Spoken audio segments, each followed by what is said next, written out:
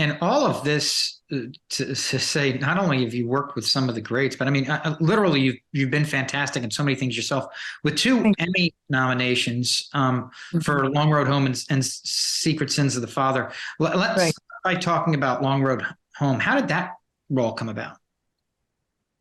Nobody wanted me for that role because I look a certain way, and it was a character role, and she was supposed to be a migrant farm worker, and nobody wanted me. And I wanted that role utterly desperately. I had heard about it. There was a big, thick book out that it was based on. It really was like very personal to me, just because of family situations back in the 30s, and I wanted that role real bad, and nobody would see me for it, and wouldn't offer it to me, wouldn't do anything. They're like, "Are you kidding? You're not right for this. You're not right for this." She's a migrant farm worker. She's a plain, woman from Oklahoma. And I'm like, I lived in Tulsa. And they're like, "Yeah, well, you're not right for it." And I called everybody. I mean, I pursued that role. I called everyone. And finally, the casting director, who's somebody I know to this day, and he actually writes about this in his book, but he said, "I don't know, but let's give it a go. How plain can you look? What can you do?" And I said, "I'll do it. Don't you worry." Because I had done it once before in a film, Dirty Little Billy, which was a great. That was a Billy the Kid movie, like almost like a true account movie, right? Yes, it was. Yeah, Dirty Little Billy. Yeah, It was it was a great film, and I had looked very almost like a man, and but so I said to him, I have looked this way before, I can do it again, and so I went and I auditioned for it, and I wore this old dress I bought in the thrift store that looked like a 1930s dress that a poor woman would have worn. Did my hair kind of brown, no makeup at all. And I walked in barefoot, carrying a box. And there was something in the box. And the producer was there, and he kept looking at the box, right?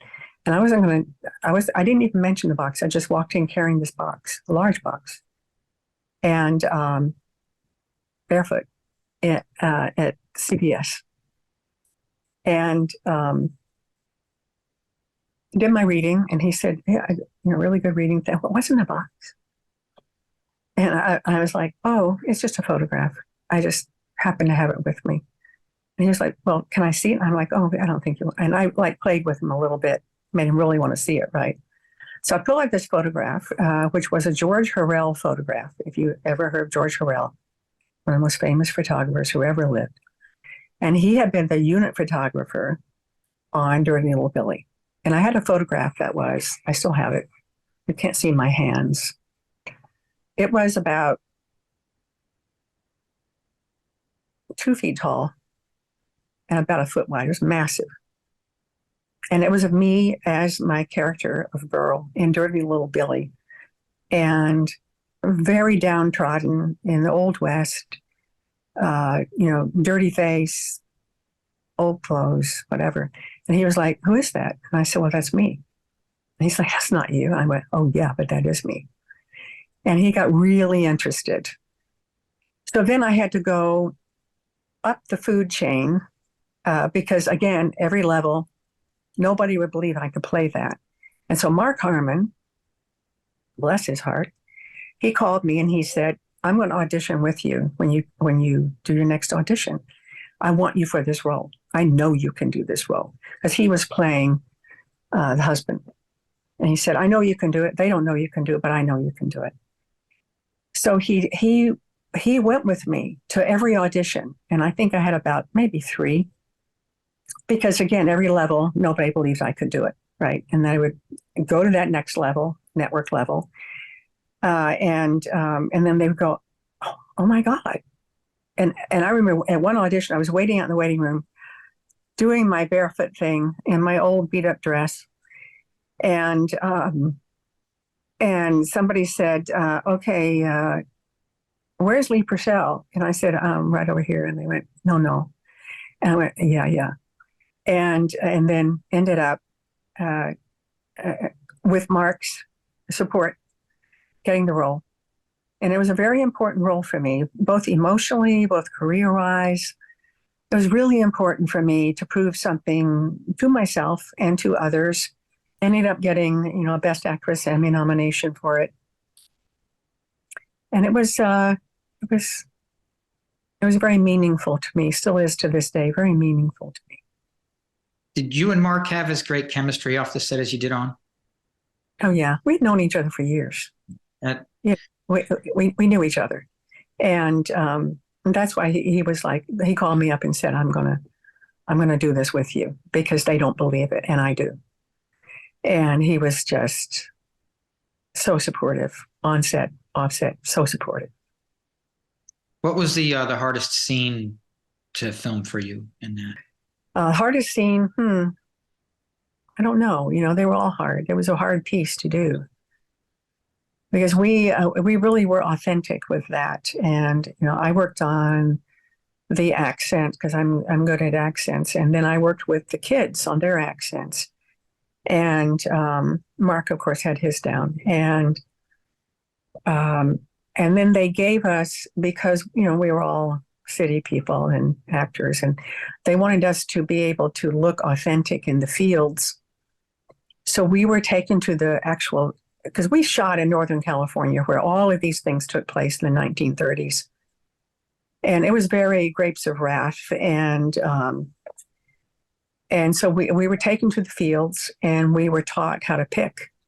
And that was really something. And they taught Mark and me how to pick artichokes, which artichokes have razor like leaves on them and they slice your hands and your arms open. And, I was wearing like torn cloth to protect my arms and my hands. I still got a lot of cuts, right? But, we did that. And plus we're out in the fields and, it was loaded with pesticides and, smelled like pesticides. And it really gives you a tremendous respect for those who gather our food, on a daily basis for year upon year. And also, relatives of mine back in the day. And so I think that when we shot that scene, the real scene where we shot it, where we were picking, that was a really hard scene to do. Physically, it's very hard out in the just a blazing sun, and we were actually doing what other people do for a living, and we were doing it for film, right? But we had a tremendous respect for them. Because we knew how hard it was because we had been taught. And of course, then we had the privilege of walking away and going to our trailers. And the people who actually do that for a living don't have that. They don't have that privilege. So emotionally, the whole show was very, very difficult on all of us. And but in the end, it was, I think, a great piece of work. I'm very proud of that piece of work on everybody's part. Everybody's. And then I got a nomination, and that was icing on the cake. When did you find out you'd been nominated for the Emmy, and what do you remember about that moment? You mean the date? I don't know the date. Yeah. And Do you remember anything about like how you found out or any of that stuff? oh yeah, I remember because I was in the running. I knew that. And you get up early in the morning, just like people did yesterday, because the Emmy nominations for prime. This is prime time. Emmy nominations were announced yesterday, and every year I go, I remember that day. And I gotten up early, and I was watching it on television, watching the nominations, and they called out my name, and wow. That was something. It's really. I almost fell off. I almost fell off the chair. I mean, I was like, "Oh my God!" And it was just a thrill. It was just a. It was just a thrill. We worked so hard on it. We worked really hard on it, And I was really disappointed that Mark didn't get nominated, but then we found out his name never got submitted. So he wasn't even in the running. And that was really made me mad. It was an accident, because he would have gotten nominated. He was incredible. And so that was a great moment. You have those moments. You don't have them all the time. They're rare. I had another one when I was nominated later. But it's a great thing because you're nominated by your peers. And I know that sounds like a cliche, but it isn't. It's one thing to be nominated, say, for something that many, many people vote on. But it's a whole other thing to be nominated by other actors. That is a gift.